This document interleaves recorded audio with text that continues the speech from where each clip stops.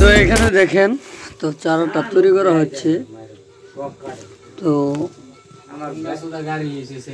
চারাটার মূল উদ্দেশ্য হলো লাল করা চাইল আদা গাছ যেটাকে বলি, তারপরে উলিও আছে কিছু অংশ। তো এই দেখেন চার গাড়ি তৈরি করতেছে নিজে, যেভাবে কিন্তু বাঁশটা ফলি ফলি করে চার গাড়ি তৈরি করবে নিজে, এই যে দেখছেন। তারপরে কিন্তু যে আস্তে আস্তে কিন্তু এক সাইড থেকে মিশিয়ে আসতেছে,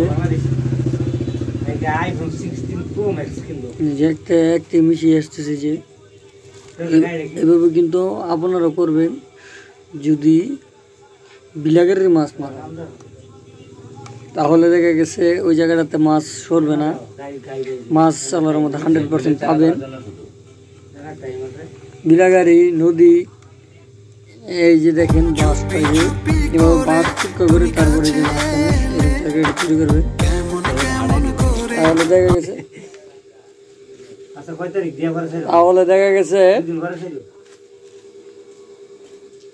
তাহলে আশা করি আপনার 100% মাছ পাবেন।